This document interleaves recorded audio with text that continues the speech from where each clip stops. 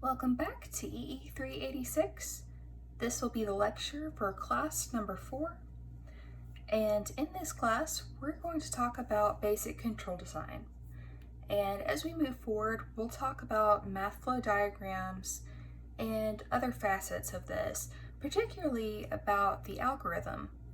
So what is meant by control design? Control design actually refers to, at least in this class, the mathematical algorithm that is going to accomplish the control action. So there's a couple of ways to describe this, and as in the first class we talked about MIMO systems and CISO systems where we had multiple inputs, multiple outputs, and single inputs and single outputs. In this class we're going to pretty much concentrate on CISO systems, but I do want you to keep in mind that all of this can be expanded to MIMO systems as well. And mostly that is by representing a system by a series of matrices and a series of equations rather than just the one differential equation that we have been dealing with. So in class 2, I believe it was, we were talking about representing a system as a differential equation. So we dealt with that and we characterized it in different ways. And so that's really what we're going to be dealing with, a CISO system like that, a single differential equation, just to start off. So keep that in mind. Also, I want you to know that with the algorithm and the direction that we're going to be heading with this, we'll talk about a simple case to start off with, and most of this lecture will be dealing with that, particularly stability. And that is one control task out of many that we can accomplish. So past stability, there will be set point regulation where we are trying to achieve a certain set point. Say we have a desired target and how to step up to that desired value as time increases. Whereas stability was going to the 0 point as time increases. And that is really the definition that we talked about last class of stability. The last main control task is signal tracking, where you say have some signal that's doing something, and we are trying to achieve that signal. So as time increases, we are trying to match that signal with our system output. So that's really just a quick overview of what these 3 main control tasks are.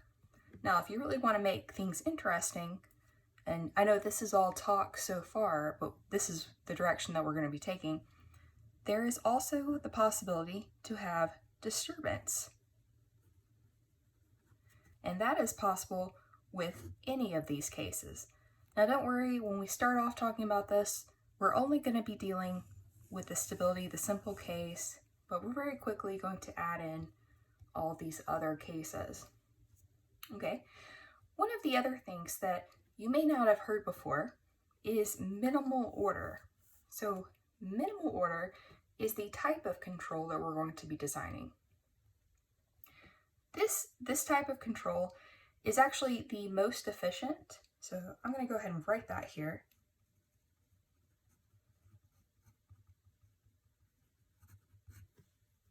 So for a minimal order control, that's actually the minimal order, lowest mathematical, not lowest in terms of absolute values and such, but minimal in terms of effort that you have to put in mechanically to achieve this control task. So what we're interested in, of course, is being, we're most interested in being most efficient as possible. So that's what we're going to do. So I'm going to point out the steps that I take and try and answer anticipated questions about why the control looks a certain way. But know that it all comes back to doing it this certain way, okay? That saves you cost, saves you time, and it saves you a lot of effort as well. Okay, before we actually design a control, let's talk about these 2 different types of controls that we could design. There's the non-feedback and feedback. So we talked a little bit, I think we mentioned it, open loop and closed loop kind of systems. So that really relates to this concept here. So as we're talking about non-feedback control, you may already kind of know what this means just from the name, but let's say that we have a system. Now let's go back to the block diagrams. So we've got some kind of a reference input. And if you remember from our first class, that's represented by a lowercase r, and we're sticking in the time domain right now. We'll have a controller block. And generally, we just gather our system output right after that.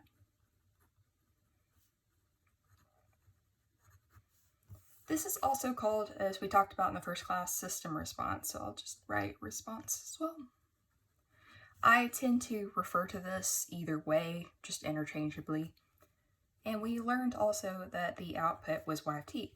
Now we've talked a lot about the general solution, which we use the variable y of t to match our system output, and that is the solution to our system, which we then use to characterize if it's stable or not. Okay.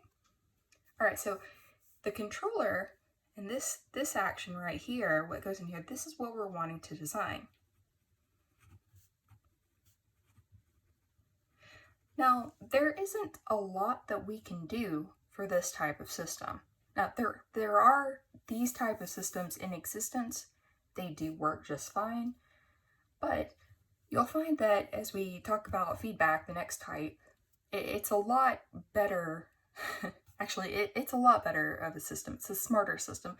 There are certain drawbacks to it, but basically, the main idea for a non-feedback control is that the control action and the system output are kind of independent of each other.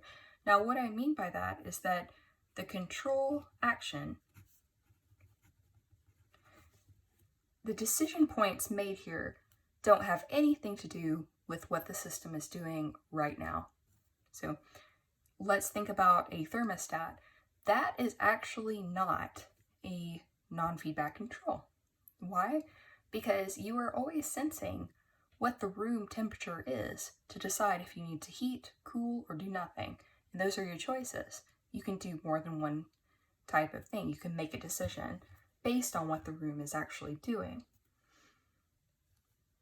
So the control action is independent of the system output.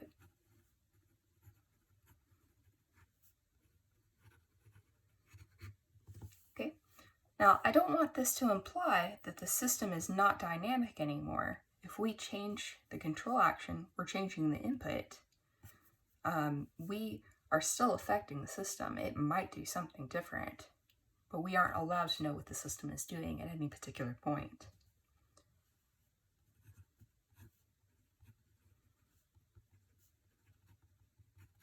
So just keep that in mind. So it's still responsive.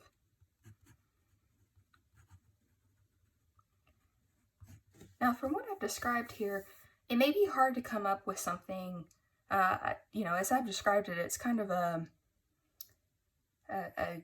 lesser look, or a lesser type of system, should I say, than a feedback system. Many things are feedback systems, like a thermostat, but the non-feedback control definitely has a place. So if you think of something like a slow cook pot, so let's just come up with some examples here.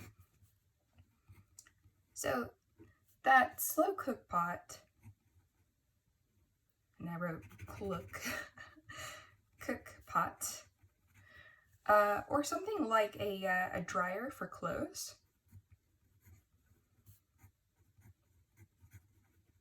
Both of those may not necessarily do the certain thing that you want them to. They operate on a timer. So it's really anything, that's a lot of examples here, anything that simply operates on a timer.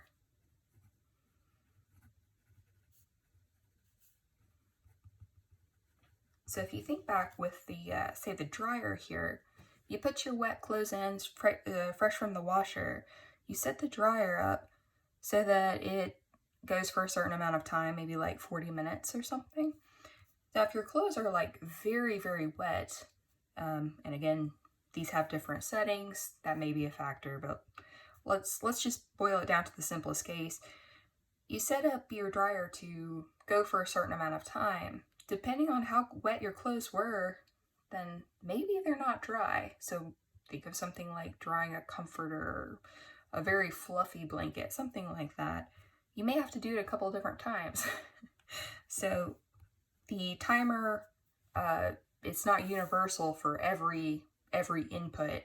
You know, you're putting in your clothes, that could be considered an input, but actually the main input is the timer. So let's draw out that system and see what that would look like. So we have our timer set up, and actually let's write the time. We'll type in the time setting here, and then that'll be the input to the timer block. Of course, that also draws in some kind of electrical energy. And then we're going to call this the process block. Actually, this timer would kind of belong to this process block. So let me call this the drying process. Okay. Inside here, we have our heating element.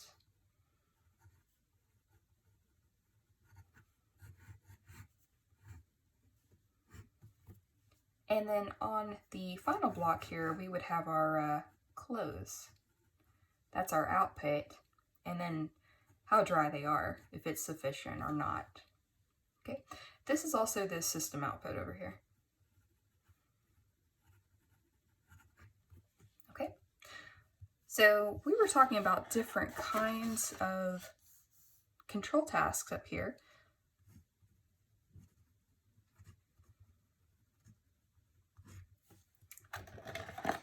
We could have a disturbance come in, and so that would be another input. If you remember from the first class, disturbance, maybe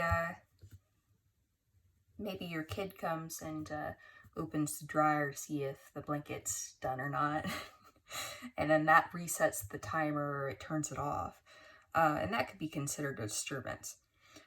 So that is actually an input if you remember from the first class, so it has to be drawn like that. So we have all of these inputs to our main drying process, and our system output is how the dryness of our clothes. Okay, and that is actually a non-feedback control. So these exist, they're used, and they definitely have a purpose. This is not really a complicated system if you think about it. Now, I'm sure that somewhere in the world there is a dryer that has feedback involved, most likely. But I haven't seen one myself. And actually, the other example I mentioned, the slow cook pot, there could be some kind of a temperature gauge in there for certain ones that have a certain temperature that they have to reach, a certain threshold, and hold it for a certain amount of time to ensure that any kind of like meat is cooked correctly, cooked thoroughly. But generally, this will work sort of the same way, where you put in a time setting or some kind of a certain button that also sets up the time. Okay, and then you cook for a certain amount of time, and then your food is done, or it's done after a certain amount of time, hopefully. All right, so let's now talk about feedback systems.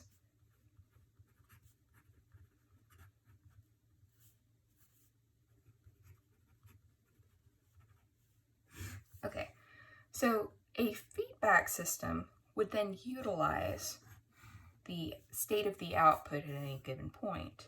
You could use your sensor to make control decisions. So there are so many examples of this. We'll just put our input here, and we are then adding that This will be our controller.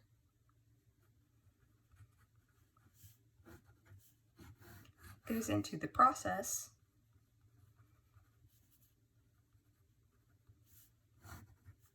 We have our output here, which we are then able to use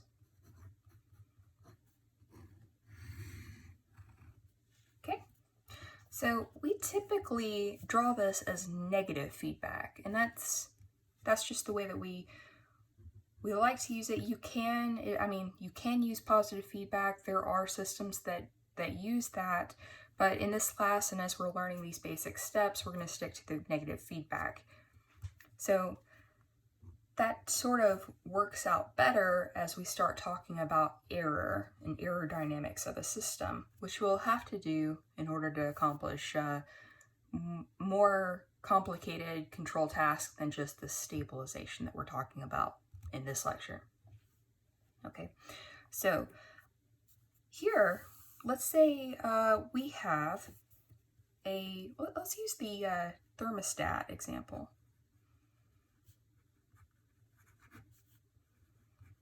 Okay, so our input is actually our desired temperature of the room.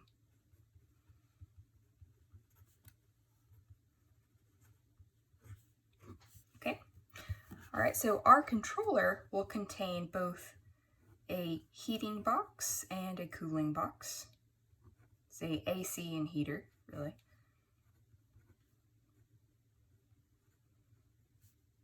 So both of these can be activated, and whichever one is chosen will supply our signal here. So we're going to add these together. Okay, and the system process really envelops all of the components activating the AC or the heater. And actually, let's add in a disturbance to this as well. Right here, let's say disturbance, that could be something like an open window, for example. Something like that would kind of distort the temperature reading that we're getting on the room, or rather work against our controller in some way. But it's also an input. So the system process here, this is our room temperature.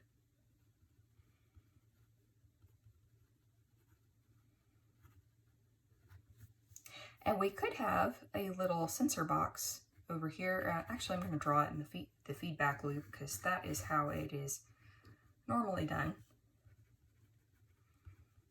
Okay.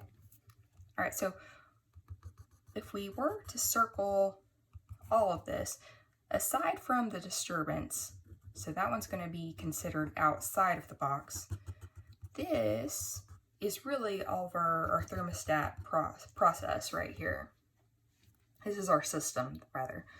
So we put in our desired temperature, we have this control device, and actually we could separate the algorithm with the actuator that actually enacts the turning the AC and heater on and off. And then we would have our room temperature here, where we gather our output, and we can sense what the room temperature is and use that information. Okay, so typically that is the main difference. We are able to use the system output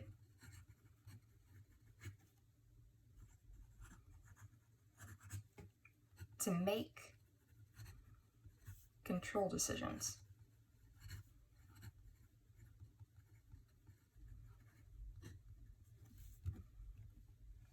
Okay, all right, so that means that, let's say, if our room was really, really hot, so let's say our room is really, really hot up here, I can then turn on the AC and turn off the heater if I already have it on and pull that temperature down. Of course, you probably wouldn't want your room to be set to 0. That would be pretty cold. But if we're looking for stability, for this right now, that's the action we'd want to take. Okay, and we would stop once it became too cold, turn it back on, but we'd always be getting that information in. Okay, so one other thing before we get started that I want to talk about, before we actually get started doing a control example, like designing something, I want to talk about something called the ITAE table.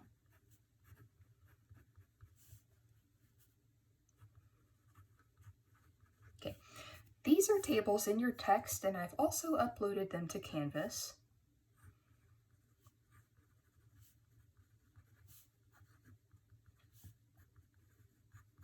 If you have version 13 of the text, these will be on page 319 and I believe 321.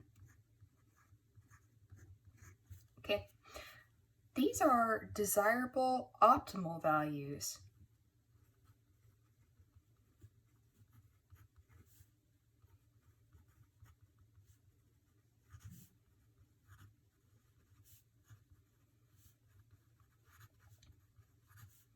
For the control gains. So as you're designing a control, what you're going to really be designing is, number one, the algorithm itself.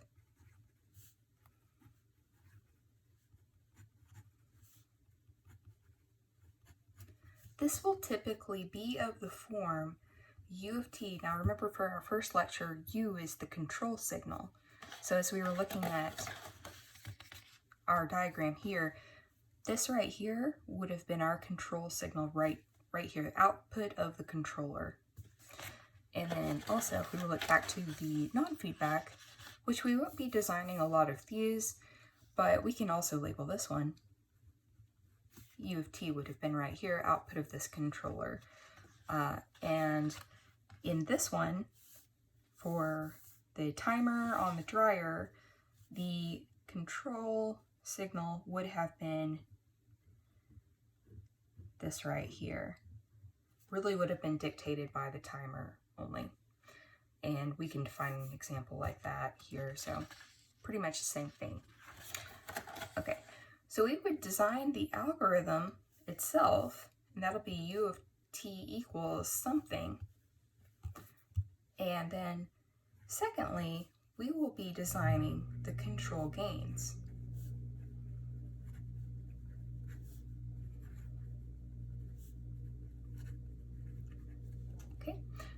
There are several ways to do this second part. This first part is dictated by a certain sequence of things that we'll do to pick according to the minimal order that we mentioned a few minutes ago.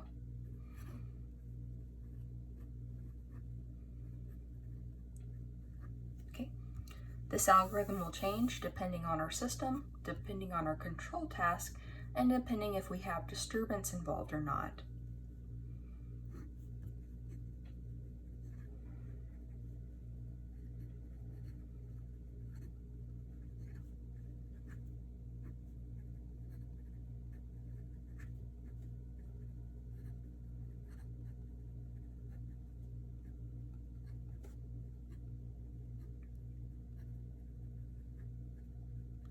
Just one more note on that. Not only would it change if we have disturbance or not, but also on the type of disturbance. So you can have more complicated disturbances and less complicated ones. The control gain values.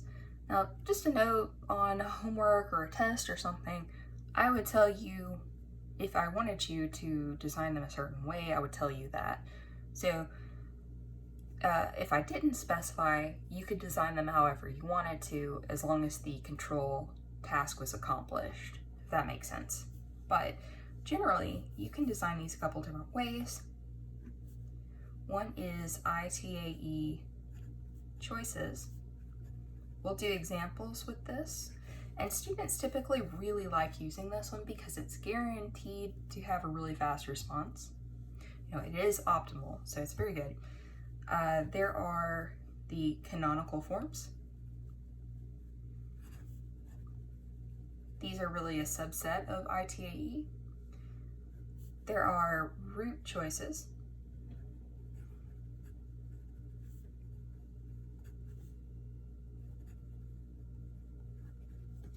And a subset of that one would be a dominant pair. So let me tell you what I mean by that. Okay, so ITAE choices will correspond to the coefficients in your text on the table. So it would be specified if you should use the step input table or the ramp input table. There are two ITAE tables in your text. And some other texts, more advanced ones, there's a sinusoid table and so forth. So that it does change. But this corresponds to the closest reference input that you have for a system. Okay. So most of the time we will be sticking to step input, but if I change this, I will tell you. Okay. And so the coefficients would correspond to the coefficients here. Now, as you look at this, you'll notice that there are these omega values, omega sub n. Okay, so I can't just say, oh, okay, for a second order polynomial, the coefficient is 5. I can't see that directly. That doesn't really make sense. So let's talk about that real quick. If I had a second order system and I wanted to use a ITAE, and after I go through all of the process, I am left with an equation that I can match to second order,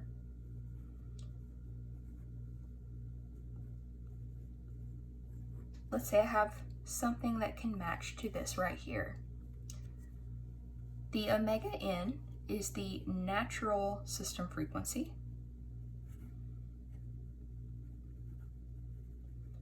Of course, this would either be given to you or you would be allowed to choose it, and it would be specified in a problem, which it was. You could choose or if it's given. I might say, use omega sub n equal to 2, and then you would plug in 2 right here, and then you would just match coefficients. Okay. Let's do an example of a control design. Okay, so for this example, let's say that we have a second order system, and let's do something pretty simple.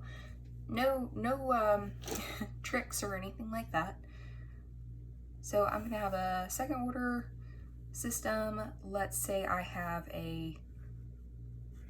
another term here and another term here. Okay.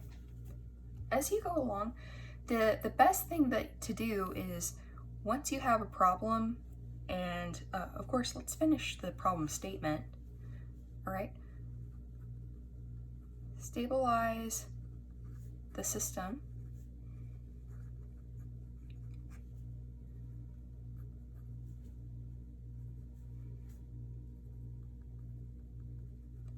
Minimal order control.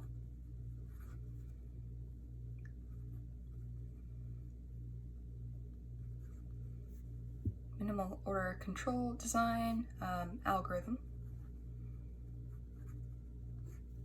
And let's say, before we get into using ITAE, let's do an example without it. Let's say we want choose lambda I within the left-hand plane. Now, typically, I won't write out that part because I want you to know that a stable system has roots in the left-hand plane. So here we would be choosing the system roots to be in the left-hand plane. Now remember, that's what we need. We need roots over here. Anything over in the right-hand plane is bad. That means that it is unstable.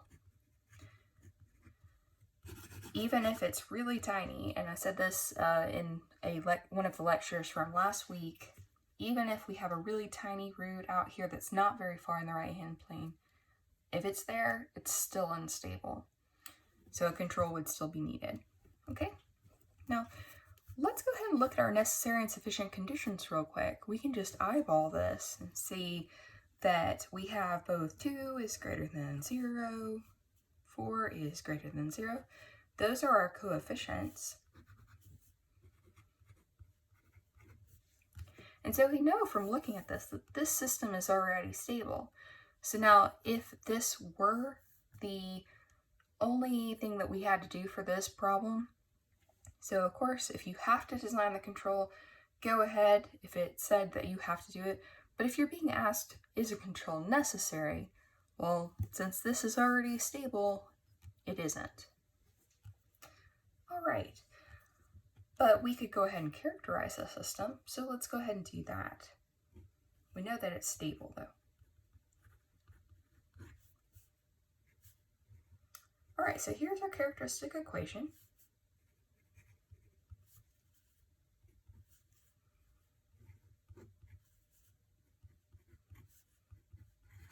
Okay, so we would want to factor this out or use the quadratic formula to get our roots. So let's do that. Let's do quadratic formula. All right, so lambda, there will be two system roots because it is a second order equation. So we'll have, according to the quadratic formula, negative b, which is 2. So negative 2 plus or minus the square root of b squared, that would be 4, minus 4 times a, which is 1, times c, which is 4, so minus 16 altogether, all over 2 times a, which is 1, so 2. Okay, so if we simplify this out, we get a negative 1 plus or minus, and subtracting that is a negative 12, so we can pull out that j, and so that'll be 12 right there. We could pull out a 4 and then cancel out the 2.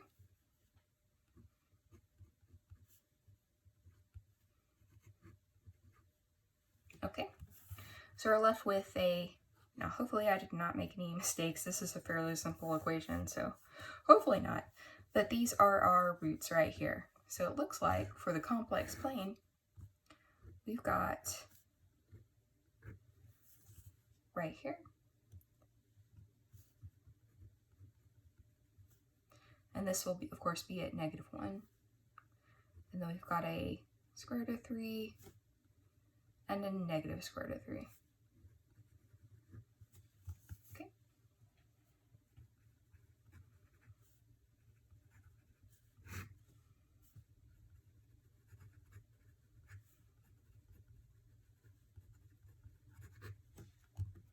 All right, so let's say that we now want to find the general solution. This is not necessary for our control, but we've done it last time, so I just kind of want to carry through those steps as well, and then we'll design our control. Okay, so our general solution should be of the form using the complex numbers.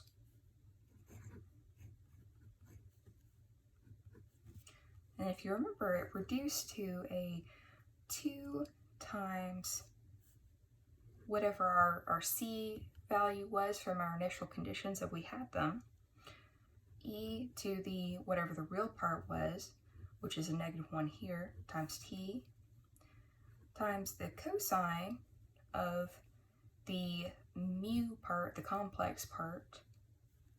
So that'll be square root of 3. Okay, so we're left with some kind of a harmonic signal, depending again on what that c is. So let's say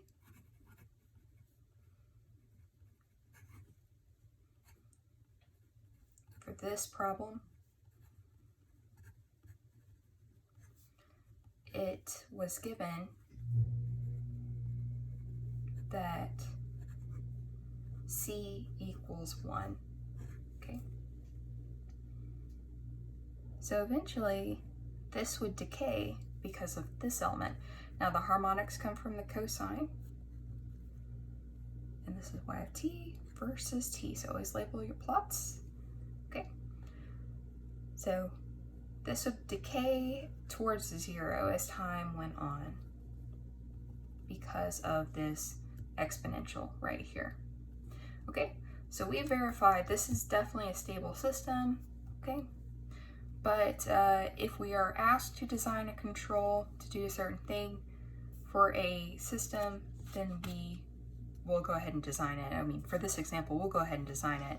But remember that what I said before, if the the question were purely, is a control necessary for stability? No. Okay. So let's write this over here.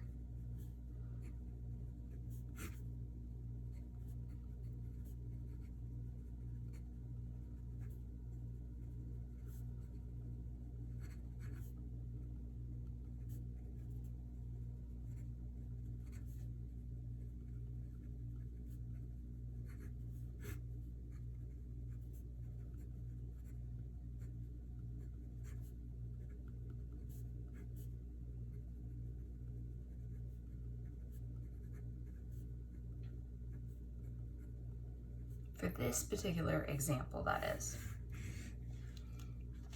Okay, but let's go ahead and design a control anyway. How do we do that?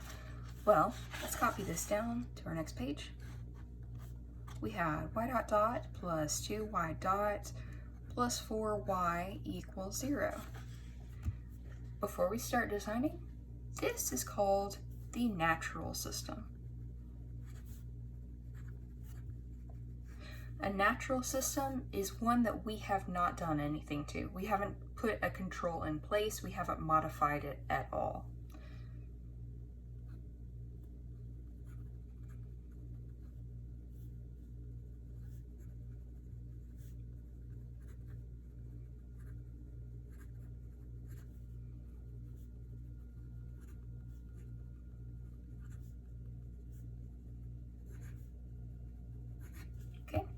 If we were to talk about the controlled system, that would be this right here. Okay, this is now the controlled system. The control is in place.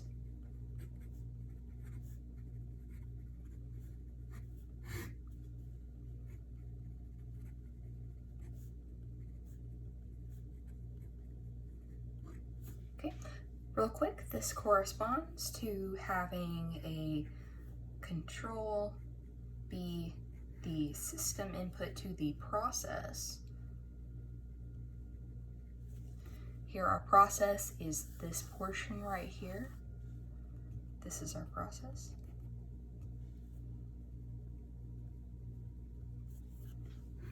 And then we would gather our output on the other side of it.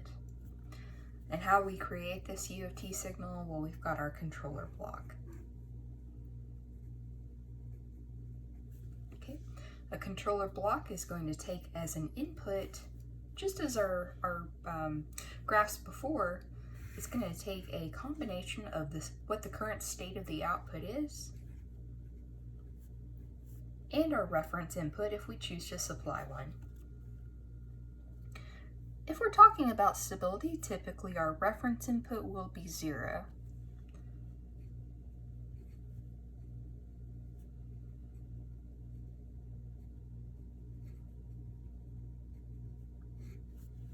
Okay, that is assuming there's no disturbance, and remember purely this is a case where I have not defined a disturbance for this problem.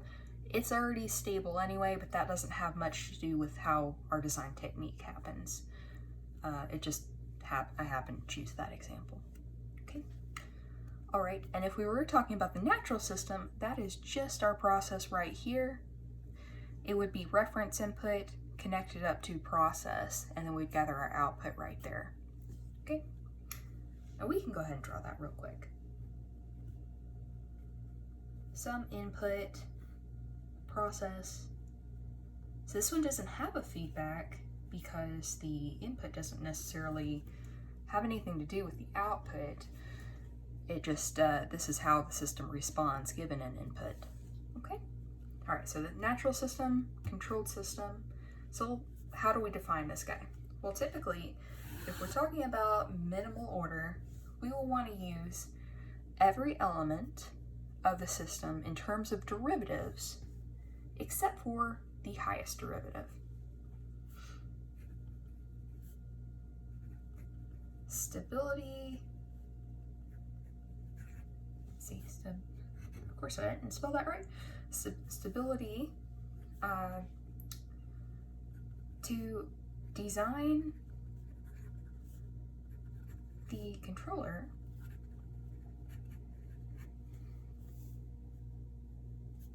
that is the control algorithm.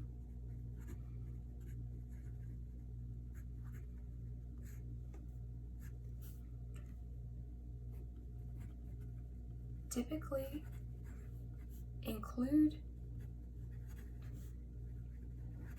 each derivative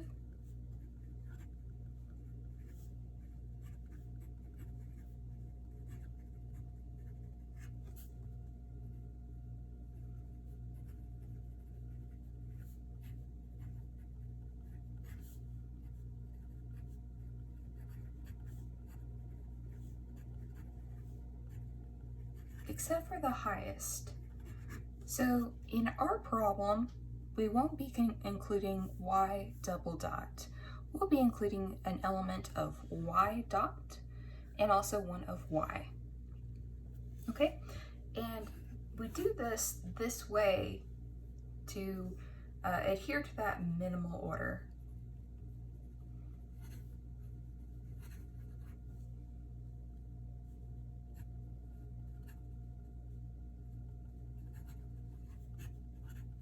Okay, so that's how we would design it in that case.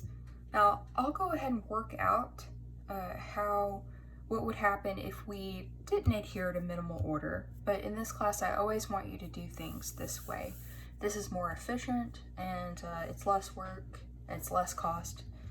So let's go ahead and first we'll do the minimal order technique because that works out a little bit faster, a little easier. Okay, so our system was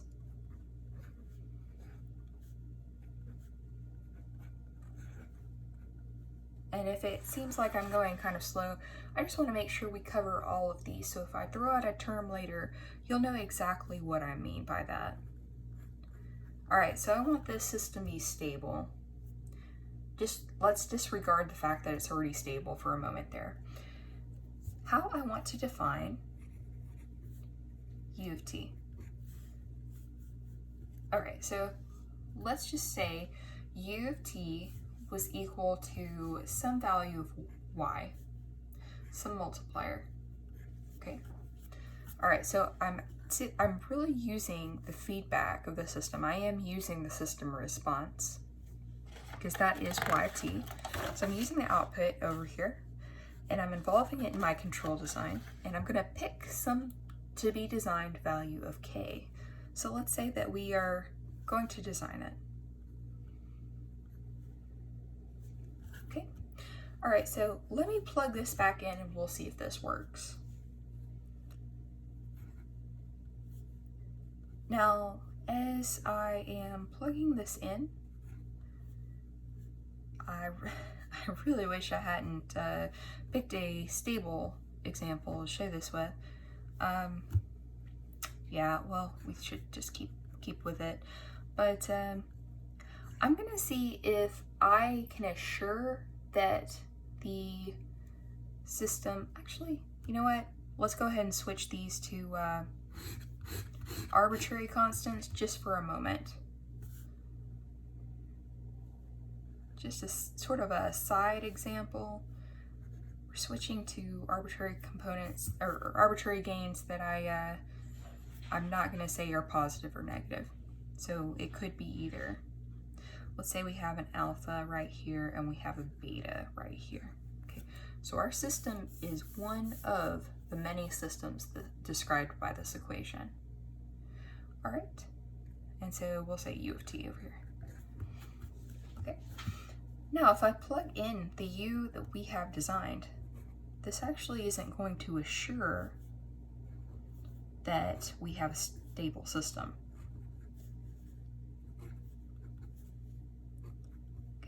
So I just plugged in our U here, and we have this right here. So let me go ahead and simplify it.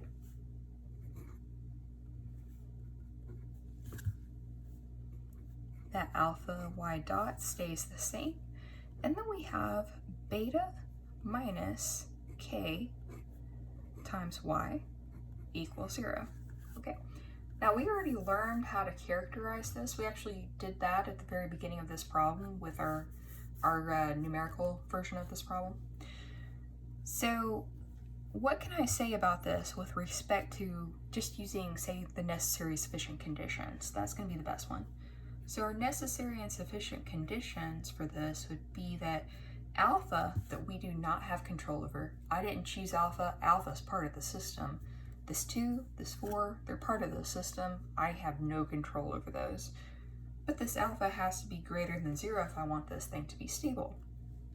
Also, beta minus k has to be greater than 0. Okay. Now, if it turns out, as it does in the case of our numerical problem, that the alpha, which is a 2 here, is greater than 0, everything's good for this condition. If it turns out, like in our example right here, that the beta, which is 4 here, minus the k value that we choose, is greater than 0, then still everything's good. But if either one of these were negative, then this would not work. Okay? And we always kind of want to tend like, this is not going to work. Design for the generic system. That way you are assured of encompassing any initial condition.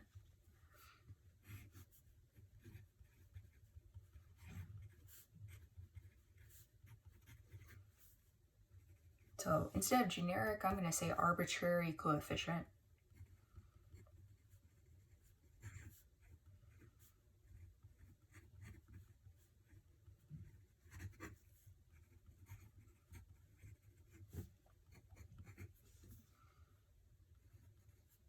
So it's a much more powerful technique.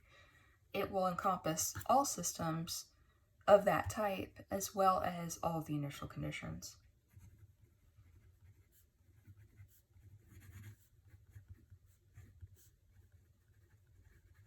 Okay, so typically when you will be asked to design a control, this will be included in the problem statement, that you will have to design a control to stabilize a system for all initial conditions.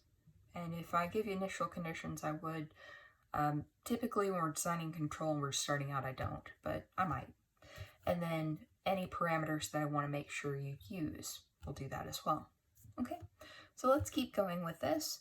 So we know that we do not want to use this type of control.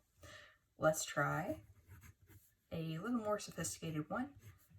Let's say that we have a k1 y of t plus a k2 y of t with the derivative. Okay, so we're using both the output and the derivative, and we're pretty much doing what I said to do with minimal order. Okay. All right, so let's plug this into our arbitrary system. Okay. Arbitrary system was, again, this right here.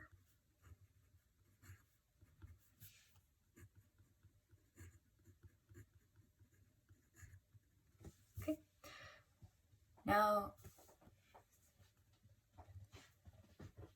I want to make a little side note.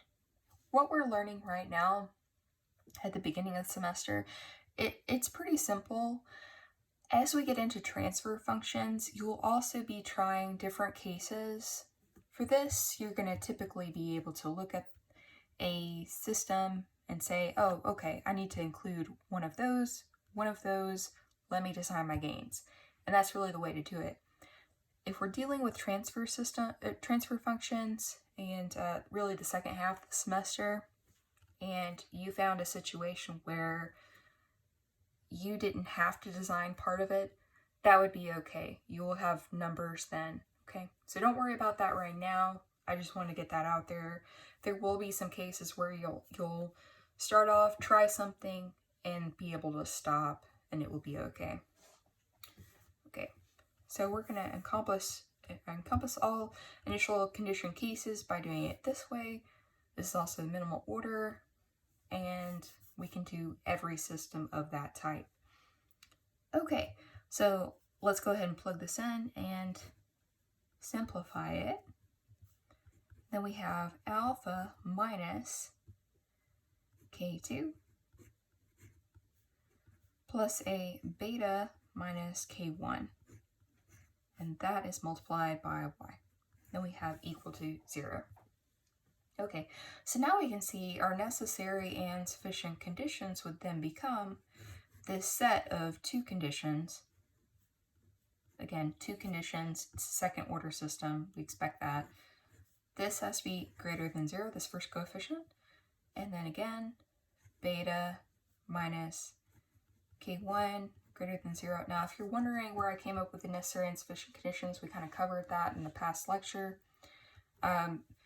You can always do Routh-Hurwitz. It's kind of overkill for a second order system, but you can always do it if you feel comfortable, or you don't feel comfortable just eyeballing it. So first, second, and probably third order systems, you'll be able to do that with more practice, if you can't already. All right, so if our necessary and sufficient conditions are met and we're all good, we can, depending on what the values of alpha and beta are, these are already defined. We cannot choose these.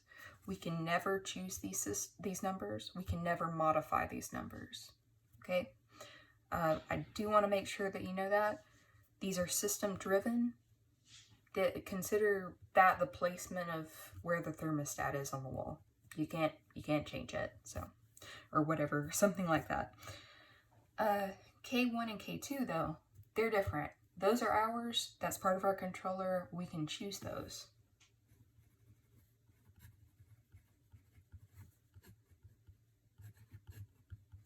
Okay, so you can always choose K1 and K2 just to make sure the necessary and sufficient conditions are met. If you do that, you're insured by insured stability. However, it may not be the fastest stability, may not be the best. We talked before about quality of stability and how it was possible to achieve a 0 as time goes on. I should put the 0 here. As time goes on for our system and we stabilize, it may be possible to actually stabilize faster by the choice of the system roots. And this is called the quality of stability.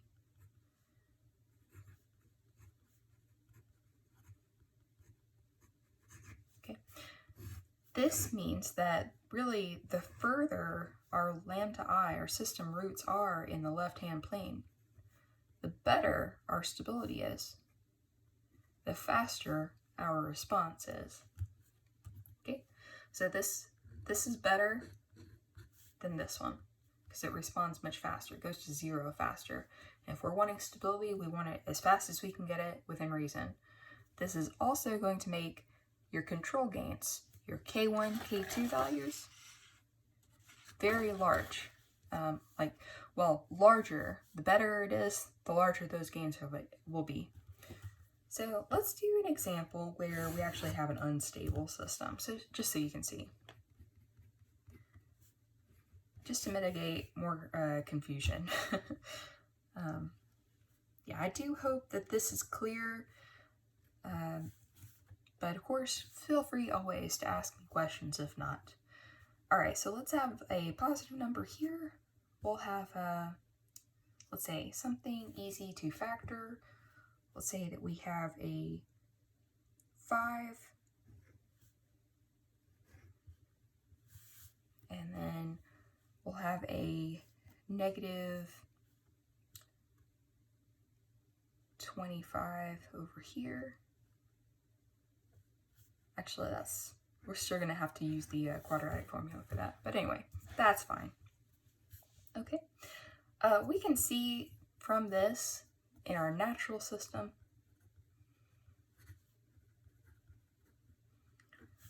that the system is going to be unstable.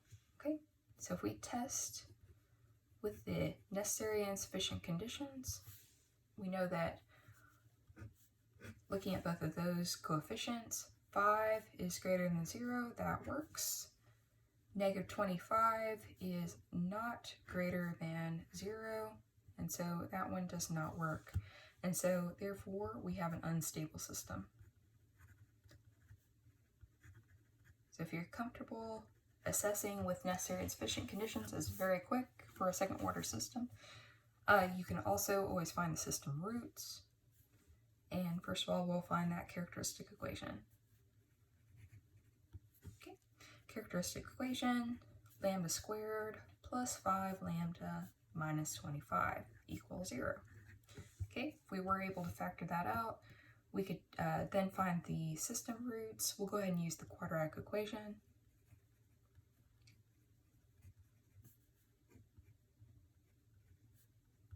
Okay, negative b plus or minus the square root of b squared minus 4 times a times c. Okay, so that's 4 times 1 times 25, which is 100. So that's going to be positive 100 all over 2 times a, which is 1. So 2. All right, so we have a negative 2.5 dividing through here, plus or minus the square root of 125 divided by 2. Okay, so the square root of 125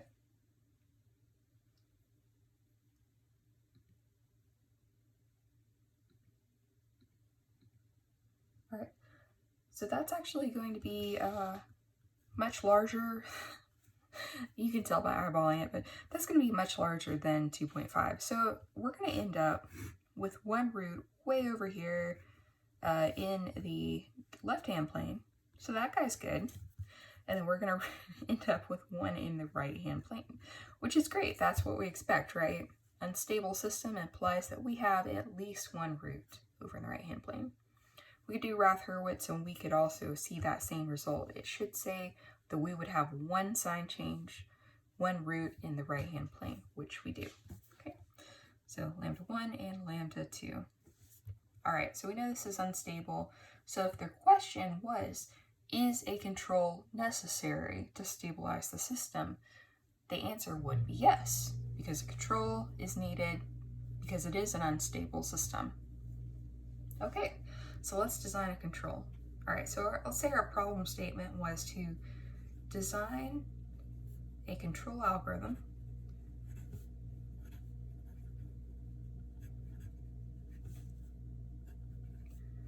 to stabilize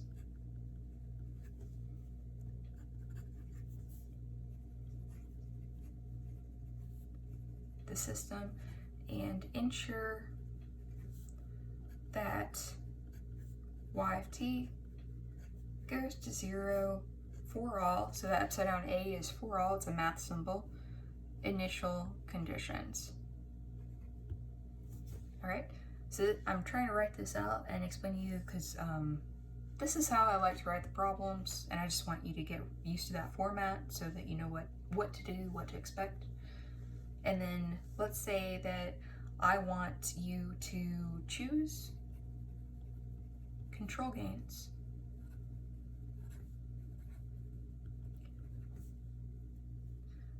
via ITAE choice. So we haven't done that yet. So I'm going to do that with ITAE choice, and I'm also going to do that with a non-ITA choice. And I am remembering that we had meant to go back and do a non-minimal order example as well. So let me try and take care of that with this example as well. And I'll point out, I'll do that second after we've taken care of this. All right, so here is our equation. Y dot dot plus 5y dot minus 25y. Okay, so I want to design a control for this. Let's go ahead and do the correct method, minimal order. Okay.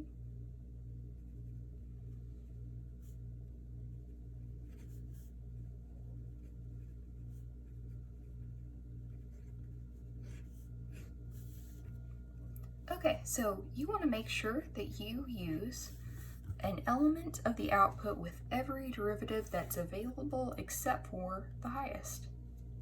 So I would want y, and I would also want y dot. Now, if this were a third order system and I had a y triple dot out here, I would need also to include this y double dot. So I would want control over y double dot, y dot, and y if it were a third order system. Okay? So I'm going to choose k1y and a k2y dot. Okay?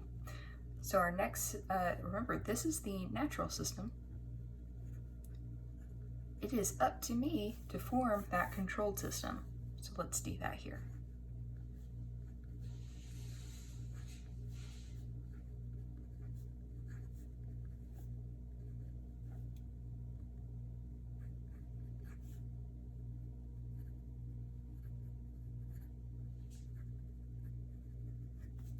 Okay, so now let's plug this in.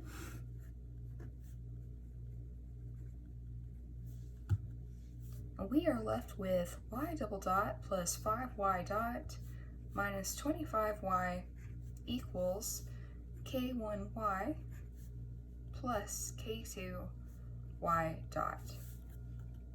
We can then combine and simplify this. So y dot dot, and then we'll have a plus 5 minus k1 y dot plus a negative 25 minus k2. And that'll be, actually I swapped the coefficients here, or I swapped the subscripts rather. So let me go ahead and make that a k2 and that's a k1.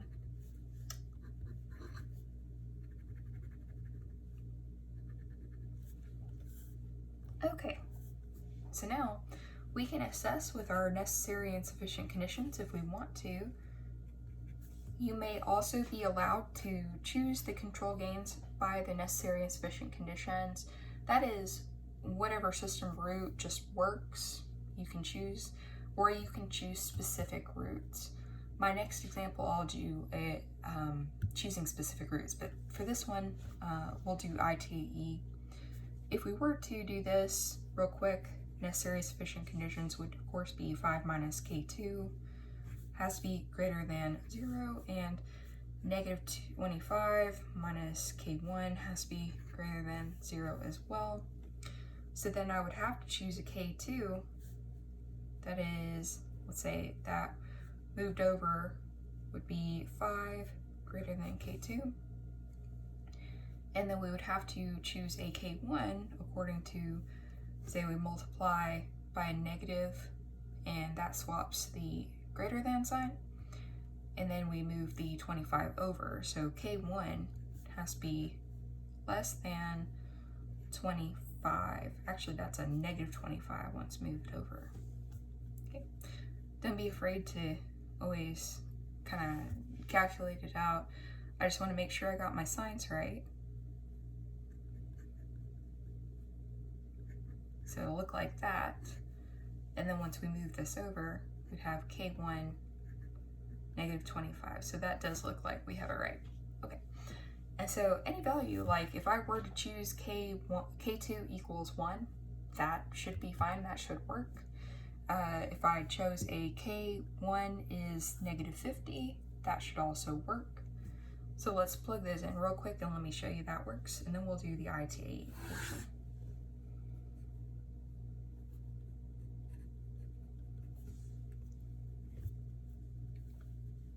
Okay, so if I choose k2 equal 1, and if I choose k1 equals negative 50, let's plug those back in, and then plug them into this equation right here. We'll call this equation star.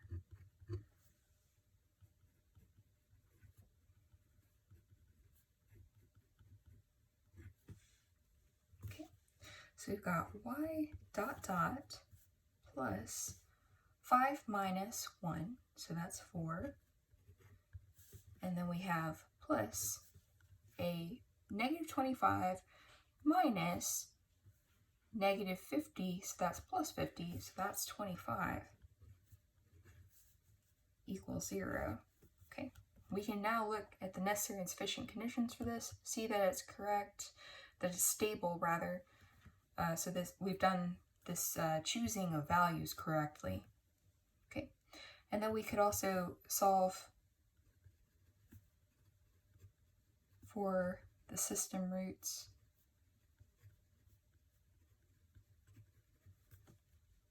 by the quadratic formula or by factoring.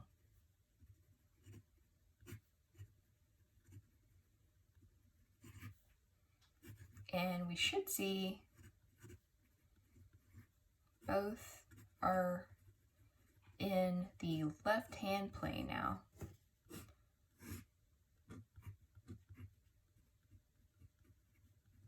All right, so that should be the procedure we'd want to follow for designing by necessary and sufficient conditions. I kind of did this on the side. Our real goal is to use ITAE, but that's much simpler. This is really good to know as well. And we want to go through an example of each of these. So for ITAE, I would have said which table to use, but if you don't ever, like if it's never specified in any situation, you would want to revert to the step input, that is the constant input table. Okay, we have, and again, I want to refer to equation star. Okay, so using equation star, I want to find the row that most directly resembles this.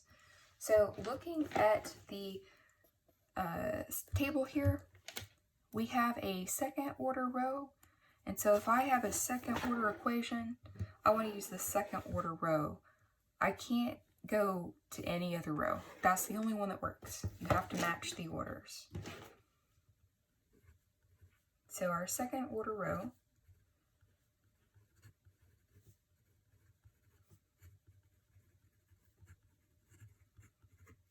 and again, this is the only one that works. Order must match.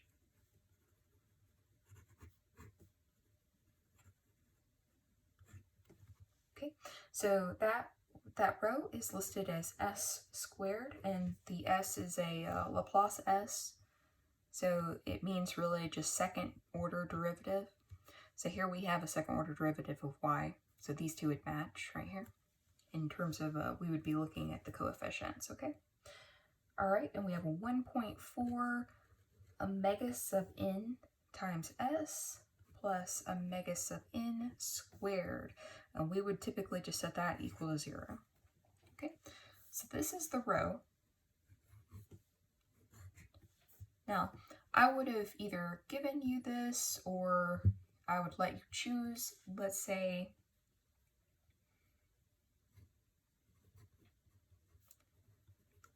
so let's say omega sub n equal 2.0 was given. Okay, now this we would need to plug in the omega sub n, so we have s squared plus 2.8 s plus 4 and equals 0. Okay, so now what we want to do is compare these two equations. Okay, the 2.8 should compare with the 5 minus k2. The 4 should compare with the negative 25 minus k1. You want to match those coefficients.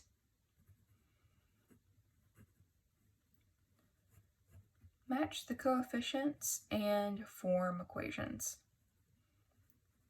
Now these are just simple algebra equations. Once you solve them, you'll have your value for your gains. Okay, so I'm going to write them. I like to do this. I like to write this equation right above this equation. It becomes really easy to form the resulting equations for the gains. All right, so we've got y dot dot plus, and our 5 minus k2. We have a y dot, and then we have a plus minus 25 minus k1 times y equals 0. Okay, and we've got that correctly. And then our ITAE row right here, s squared plus 2.8s plus 4 equals 0. Okay. Now we want to match the coefficients between these two equations and form our equations for the k values. Okay, so we set these equal to each other essentially. 5 minus k2 equals 2.8. Negative 25 minus k1 equals 4. Okay, so let's just solve these. We'll do k1 first. So we have negative k1 equals 4 plus 25. Okay, so that's 29, and reflecting with the negative. Okay, so we got that value right there. Okay, so let's then do the same over here, solving for k2. We have a negative k2 equals 7, actually no, subtracting. Okay, so we would have a 2.2 there, and that should be negative. Okay, and so that means that k2 equals 2.2 because we can get rid of that negative by dividing through by negative 1 on both sides. All right. Okay, so our resulting control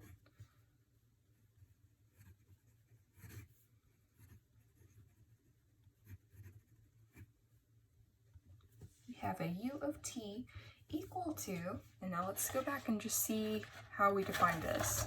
I believe that k1 was first. Yes. k1 y plus k2 y dot. Negative 29 y plus 2.2 y dot.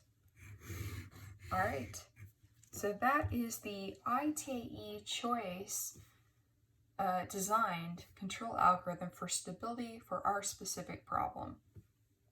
Okay, this algorithm right here. And that also takes care of all initial conditions.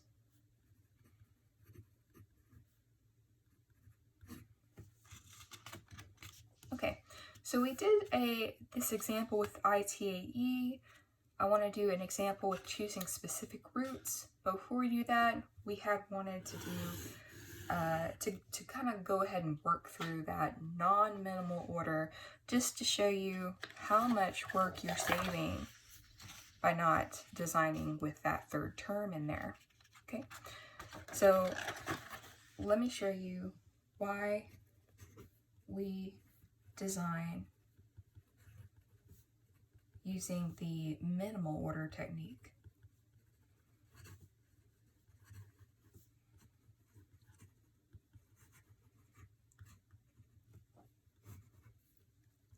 Let u of t, for the same example, we're going to have a k1 y, k2 y dot, and then we'll put in that third term right there. I usually get asked why at some point. We don't do this, and this is why. All right, so let's plug this into our first equation.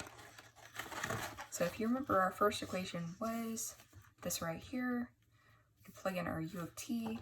So we've got y dot dot and plus 5y single dot minus 25y equals u of t, which we have then just chosen to be k1y, k2y dot, k3y dot dot. It's not that this isn't going to work. It will work. It's just more effort. So let's go ahead and simplify this. And we have 1 minus K3 y dot dot plus 5 minus K2, just as we had before. We have a term here that we are subtracting off. And then we have I'm going to write that as a plus, minus 25 minus K1. We can write that as equals 0. Okay, so now if I were to write out the necessary and sufficient conditions, the first thing I'd probably want to do is to go ahead and divide through by this term. And that way I could have the necessary and sufficient condition corresponding to this coefficient, and then the one corresponding to this coefficient. It would also encompass that term K3 because it would be in the divisor in both places. I would then I would have to make sure, and actually from even this equation, I want to make sure that K3 is not 1. If it is 1, we're getting rid of this term entirely, and then we lose a bit of our control over the system.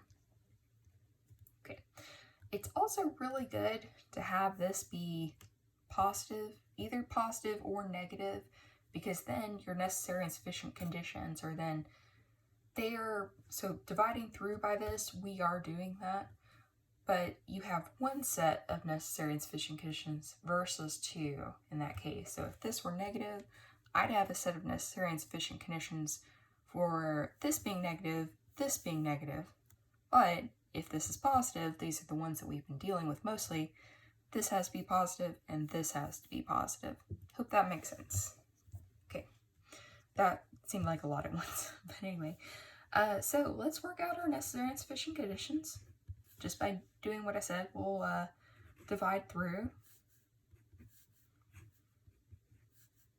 5 minus K2 and divided by 1 minus K3.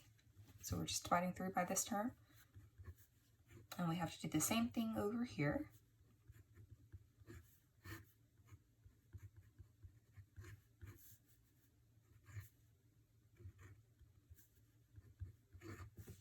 Okay. All right, so now our necessary and sufficient conditions would become 5 minus K2 over 1 minus K3 greater than 0. And also negative 25 minus K1 over 1 minus K3 greater than 0. Okay, so now what you could do if you're if you are open to being able to decide control values based on necessary and sufficient conditions, if that were allowed per the problem, then you could just pick values that work and make these inequalities true, and then that would form your control and you would be done. Of course, you have 3 values to decide. Make it a little tricky the more values you have in this kind of thing, but that would be the way it would be done. But you are supplying 3 independent controls, okay? So when you figure these values out,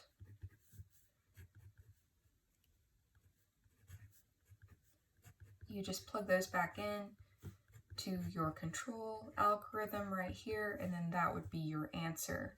Of course, we just solved this problem, and we only had to have 2 elements involved in here. We didn't even need this third one, okay? So that's why we do it. We really only need the 2. Okay, so I hope that kind of explains where I'm coming from with that minimal order sequence. Okay, so let's do an example now where we design a control. Let's do a third order. Okay, we'll say this is example 3, I believe. We're going to design a control to stabilize a system. We'll stabilize a third order system. We are going to choose the system roots. So we're not going to use necessary and sufficient conditions or ITAE. We're going to choose explicitly where we want the roots to be. Okay. So our system is going to be, let's see, we have just outright, let's make it unstable.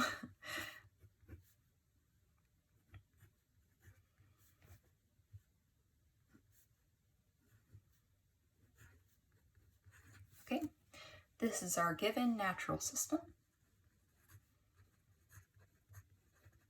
Okay, our problem is going to be design a control algorithm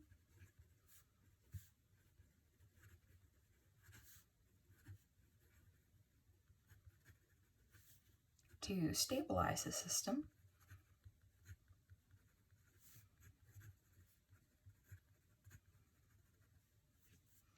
and ensure that y of t goes to 0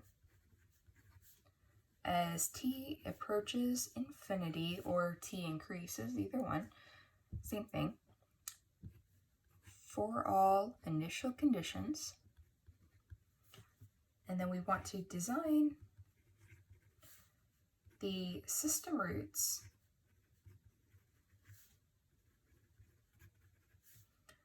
to be, and let's say I choose a specific value. Here I'm going to go ahead and do -2. So I want them all placed at -2. All system roots will be right here. 1, 2, 3, 1, 2, 3. We expect that we'll have 3 system roots because this is a third order system, and these things should match. System order should imply the number of roots. Okay. All right, and these are also all of the lambda sub I. Okay, so the first thing I would do, again, assessing this, I would go ahead and assess the stability and see where the roots are, and then we'll go from there. Okay, so let's get out our characteristic equation. Okay, this is lambda cubed minus 5 lambda squared plus 4 lambda minus 2 equals 0. Okay, the next step would then be to factor this. This is a third order equation, so I would either use a calculator or an online resource, such as like the Simolab, I think it's Symbolab, yeah, Symbolab calculator online. It's a webpage, or MathLab, or Maple Mathematica, all of them, Maxima, they all work. Then I would factor this and get the lambda sub I. Now we just kind of made this example up, so I would do that normally. Here I'm just going to go ahead and tell you that these are unstable. Obviously they're unstable, so we would get the lambda I values, whatever those are, out here. And then that would be one way of seeing that they're unstable. The other way is the necessary and sufficient conditions. Let's look at those. Necessary and sufficient conditions would be that our coefficient here is greater than 0. So right off the bat, it fails. Okay. And then that also 4 has to be greater than 0. That one works. But then for the -2, we have to have that -5 coefficient times coefficient has to be greater than the -2 coefficient. And these, actually, I think the system order 1, 2, and 3, and perhaps 4 even, I'm not sure about 4th order, are listed in your textbook in a table along with the Ralph Hurwitz chapter. For version 13, that is chapter 6. So there is a table there that lists out the first at least 3 system order necessary and sufficient conditions for an arbitrary system. But this would be it. So this would be -20, of course. And so that one also fails. Okay, so we know that this is unstable. There are many ways to tell. We could even also, once we get the lambda I, we could form that general solution. We could plot that. We could see that it expands with respect to time. And that would be yet another way to see that it is an unstable system. Okay. I know that this portion is not directly required in the problem statement, but I think it's still good since we're still new to this to go through this. It doesn't take much time at all. All right, so let's design that control. All right, so I have a third order system. And so with the third order system, I really want to include a term of y dot dot, a term of y dot, and a term of y. I don't need the y triple dot because remember we're using minimal order design techniques. Okay, so let's do this. K1y, K2, y dot, K3, y dot dot. Okay, let's plug this into our system. So we have our y triple dot. Our next coefficient was -5. And then we had a 4y dot, -2y. Okay, so we're going to set that equal to u of t, which we have just defined. K1y, K2y dot, K3 y dot dot. Okay. All right, so let's go ahead and simplify this, and we have our y triple dot, and that's -5, and then that's going to be subtracted with the negative K3. Okay, and plus 4 minus K2 plus -2 minus K1 multiplied by y equal to 0. Okay, so this is the equivalent of our equation star from before.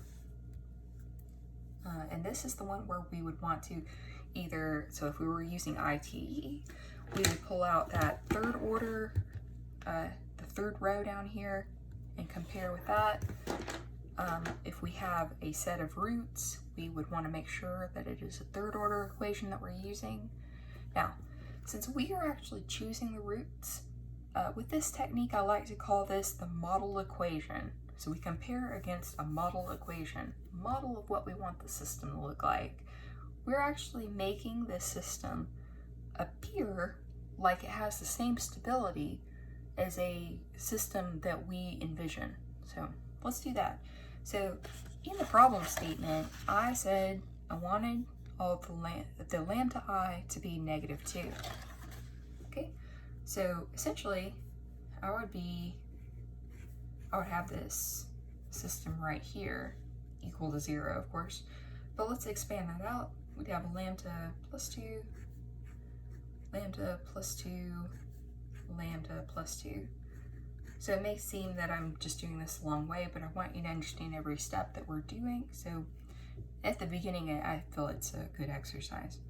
So what you want to do is just FOIL this out. And there's 3 terms, so you do it however you would learn to do it. I do 2 at a time, and then I take that result and multiply by the third. So we would have a lambda squared plus 4 lambda. Then we would multiply it by that third term.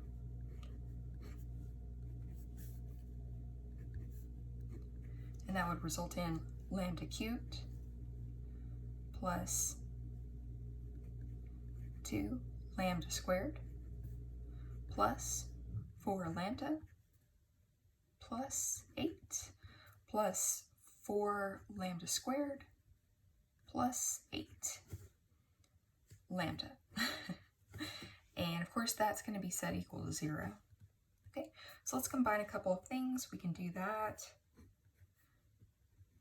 All right, we are building up that model equation, and it looks like these two combine and make a 6 lambda.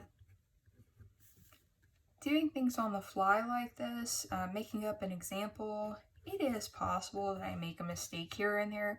I hope that the meaning is always clear, like the procedure of what we're going through. If I, say I made a multiplication mistake, I think everything is fine here. but just in case, so you know, please always point those out to me. I like to know about them and make sure it doesn't confuse anyone. And I really do appreciate it if you find something and you tell me. So this is our model equation that we have formed with lambda equal to -2. 3 of those, 3 system roots there. So now I want to compare the model equation and our star equation.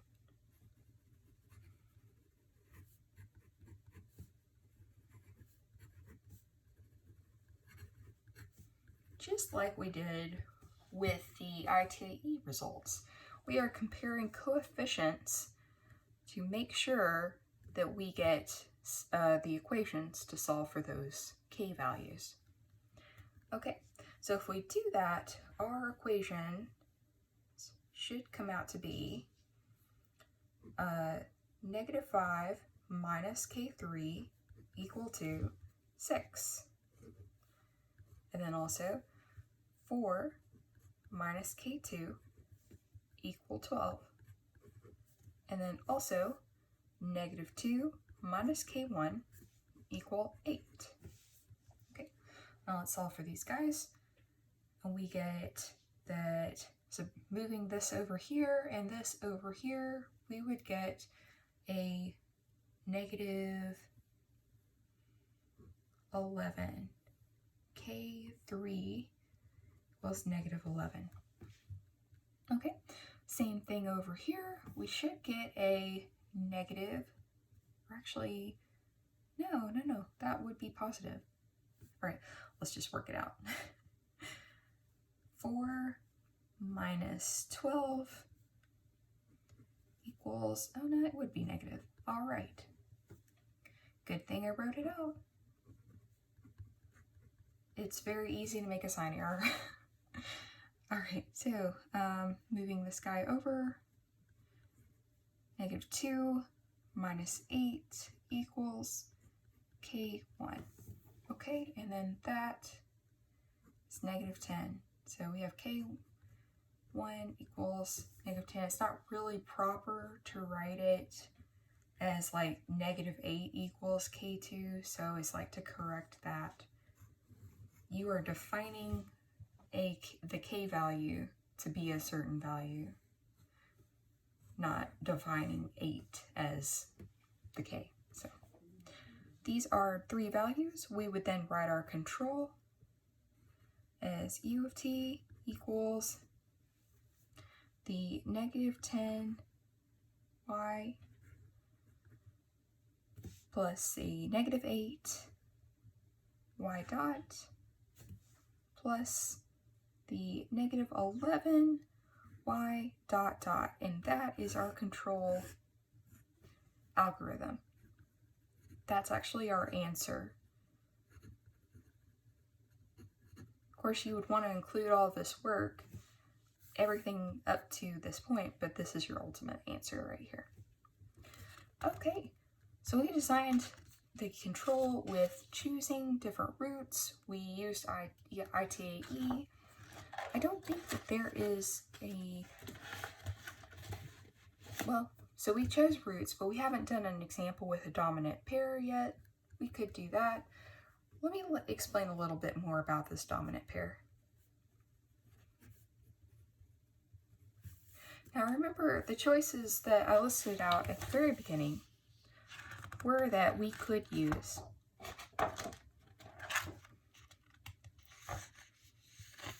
I think it's on this page right here, ITA choices, canonical forms, which we'll get into next lecture, system root choices, or the dominant pair. So we've done an example with actually necessary and sufficient conditions as well, which can kind of be considered system root choices as well. We're just not directly looking at the lambda I value. They're kind of a subset of this guy. So we've done this one, and this one. We'll do this one next time. And the dominant pair, let's go ahead and do an example with that. What is a dominant pair? It is a pair of lambda I that are or system roots rather, that are complex. So, you know, you have to have a pair of them because they come in conjugates. Now, the behavior of the system, again, this is always chosen to be in the left-hand plane. Any root you choose, any system root should be over in the left-hand plane for stability.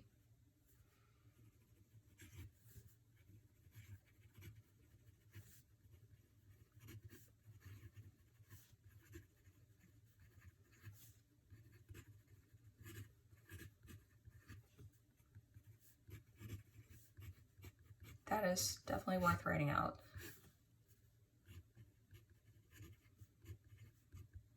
Okay, we definitely don't want to design something that's unstable. That kind of defeats the purpose.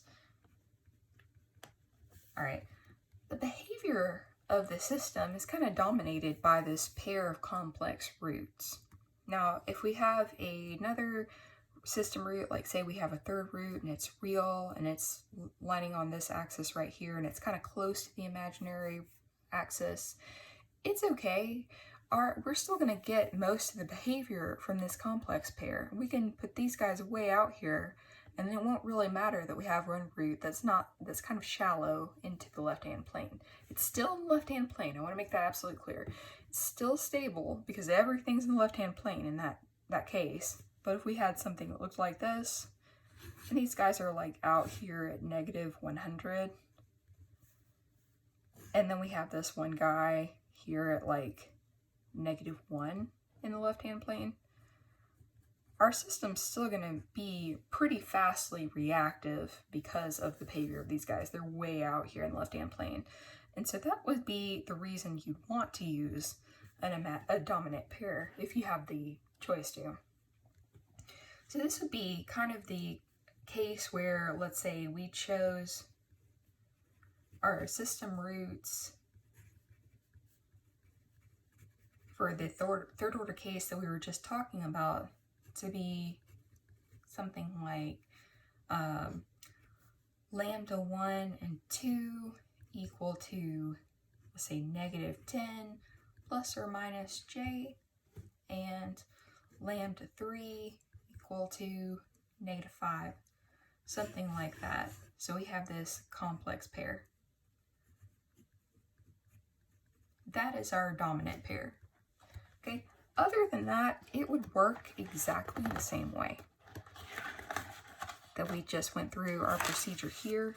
We would form our model equation. We would compare with our substituted control into the system. This is our simplified controlled system right here.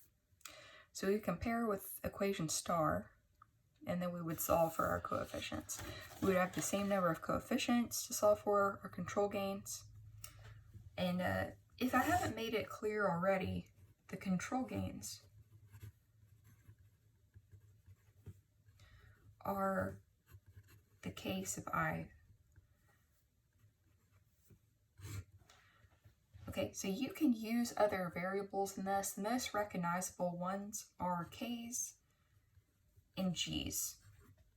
We tend to use G's more with feedback, transforms,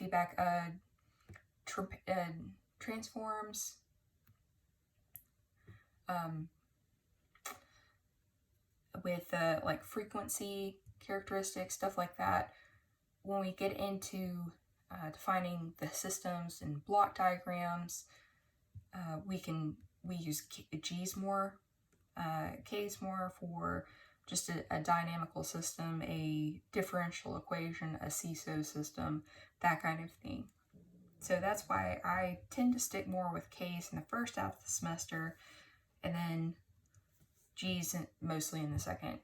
But it really doesn't matter. As long as you are not using, now let me list over variables not to use. Do not use for control gains.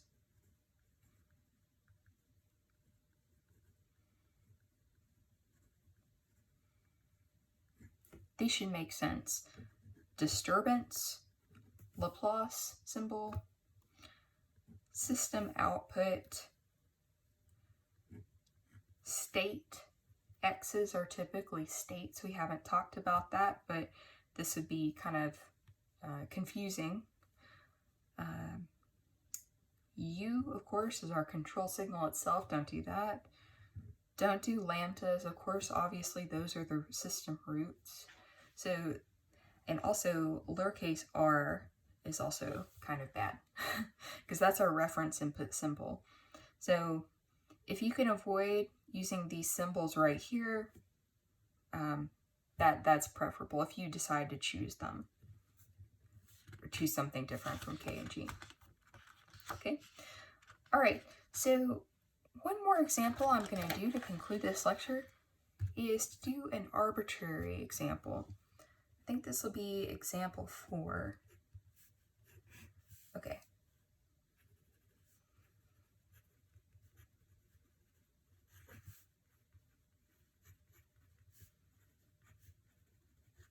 So I really like to give at least one system at some point in a semester that has arbitrary coefficients in it that you have to design a control for. This is kind of seen, first time students see this is kind of confusing, but this is the system, and I think that there are good things to point out here. A2 and A1 are not controllable by you. You cannot choose their value. You can never do that, actually. So don't think that you can. A1 and A2 kind of sounds mean, but you know what I mean. That's not something you can define yourself. All right. The other thing is you are going to end up with a result in your control that involves these guys, A1 and A2. And you won't have a purely numerical example or result just like we come up with right here. It's not going to be as pretty as this. Okay, so you cannot choose the A1, A2 values. And your U of t result will involve A1 and A2. Okay.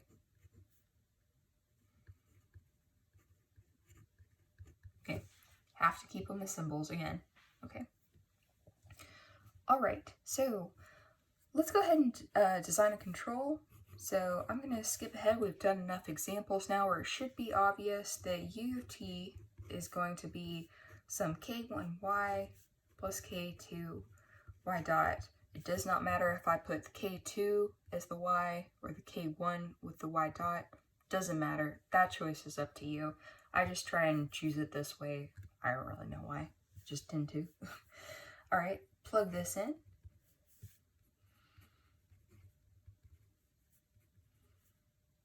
Plug into system equation to form the controlled system. Remember, this is our natural system. That is our process. It has nothing to do with our control, and we did not modify it at all. Okay, this controlled system is our entire sequence, our entire process involving the control. Okay, all right, so we plug this in. We have A2 y dot A1 y equals k1 y plus k2 y dot. All right, let's go ahead and simplify. Y dot dot plus A2 minus K2 plus A1 minus K1 times Y equals 0. Okay, and so now if we were to list out our necessary and sufficient conditions and we wanted to use that, we could. Necessary and sufficient conditions are A2 minus K2 greater than 0, which then means that depending on whatever A2 is, K2 must be less than it. Okay, we could also write this, and that's more of the correct way because we're more interested in controlling the value of K2, because we have no input to A2. We can't control that guy. We can control that guy and pick this value. So it depends on the A2. All right, next one is A1 minus K1. Okay, which we can then write as that right there, and then K1, A1 if we were to be absolutely correct about how to write this. Okay, and so that means that our control gains are dependent on the system coefficients, whatever they are. We leave them symbolic because we don't have any input on them. We don't know what they are. Okay, so then our control would then be, well, actually we could just plug in the values of these guys, and that's our control right there. So we could define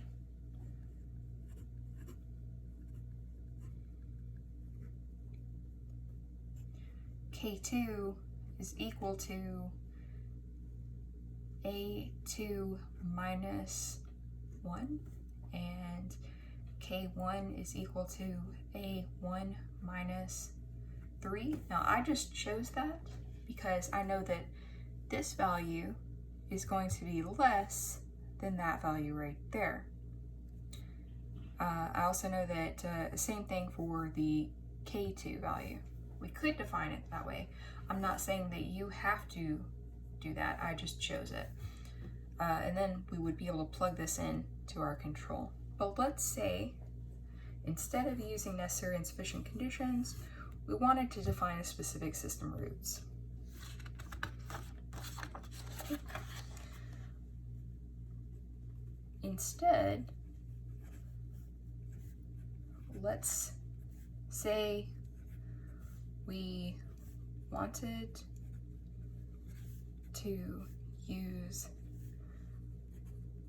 specific system roots. We can still do that. Let's say, let's choose lambda I equal to, let's say, -5. Okay, so all of our roots, we have a third order equation, all of our roots have to be at -5. So that's going to be this expanded. Now, don't feel like you have to choose all the roots to be the same value. I've done that twice now. You can choose them different values. As long as they're in the left-hand plane, totally fine. So let's just expand this guy. And this is giving us our model equation.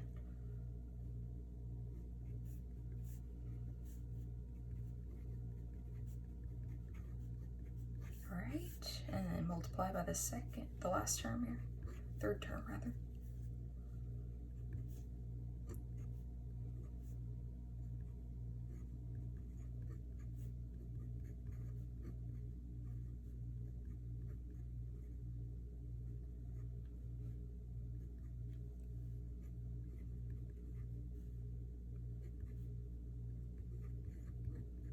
Okay, and we'll set all of that equal to 0. We can, again, simplify that just a little bit.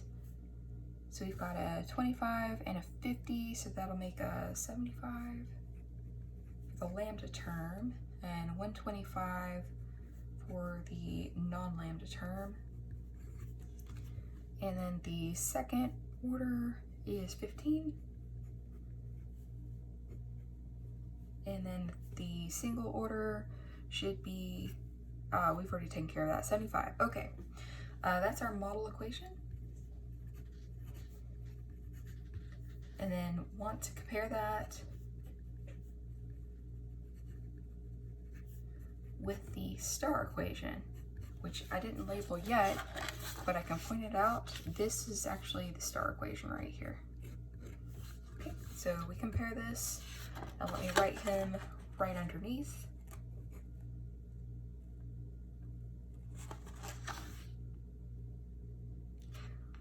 Okay, I thought we had a third order equation for some reason, but we actually don't. We have a second order. So, yeah, sorry about that. We just want to use, that would have been the model equation for a third order. I don't know why I thought that. Okay. Anyway, I'm going to go ahead and write this out.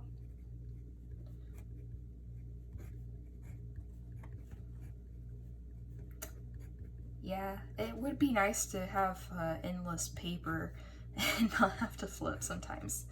Oh well. Alright, so that was our star equation, and our model equation is actually this right here.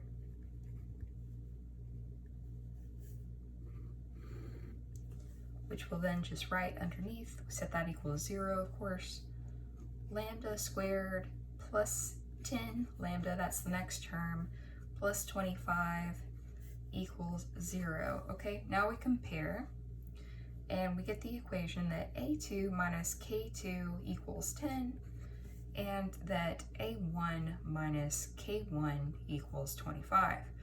Now, what to solve for? We want to solve for the K2 and the K1.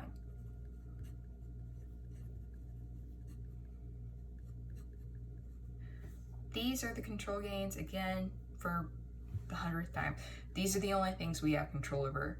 A2 and A1 are given to us. They are symbolic until said otherwise. Okay, so that means that the K2 equals A2 minus 10, and that the K1 equals A1 minus 25. These are your values. So ultimately, your control is U of t equal to A1, I'm going to just directly plug this in, A1 minus 25 times y plus A2 minus 10 times y dot. Okay, and then that is your control, with all systems roots being at -5.